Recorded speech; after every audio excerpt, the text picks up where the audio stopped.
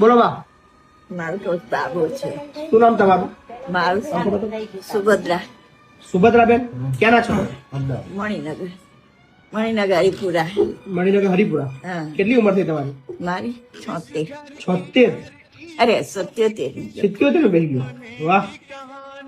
હમણાં તમારો દીકરો બી છે? મારે ક્યાં 57 છે વર્ષ છે. હમણાં 57 બેઠો. આ રહ્યો. એને જાળી લાવડે 57 વર્ષનો એમ દેખાતું નથી. પડેલો છે આણંદમાં, પણ બાઈ કાઢી મૂક્યો છે. છોકરા છે, કમાઈ છે. કોઈ રાખતું નહીં.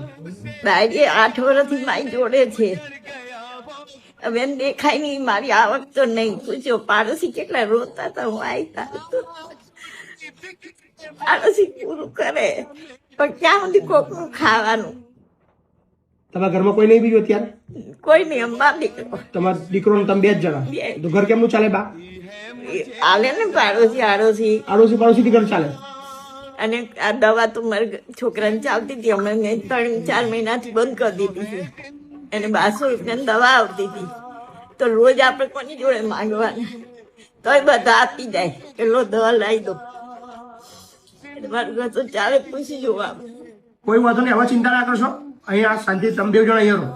ઉપર આણંદમાં ઘર છે એને, વિદ્યાનગરમાં. તો બધું ભૂલી જાઓ, હવે જે થઈ ગયું ભૂલી જાઓ. બરાબર? હવે અહીંયા શાંતિથી આપણે જોડો. હા ને? દવા બવા બધું દર મહિને હું લઈ આપીશ. બરાબર? પણ એને શું કેવું છે સાહેબ, કે એકલું નહીં રહી. એક તો હવે 8 વર્ષથી પણ નાનું છોકરું એમ હોય ને, માની જોડે મળતી રાતે મને ઉઠાડે સંડાસ જવા. કોઈ ચિંતા ના કરો બા, તમને બેન સાથે રાખીશું. હા. ટેન્શન ના લેશો. એને મેં સંડાસ ઘરમાં કરી નાખી. કોઈ ચિંતા નહીં, બધું તમે તમારા જોડે રહેજો. કોઈ ચિંતા ના કરો. હા ને? બરાબર? ટેન્શન ના લેશો. હા ને?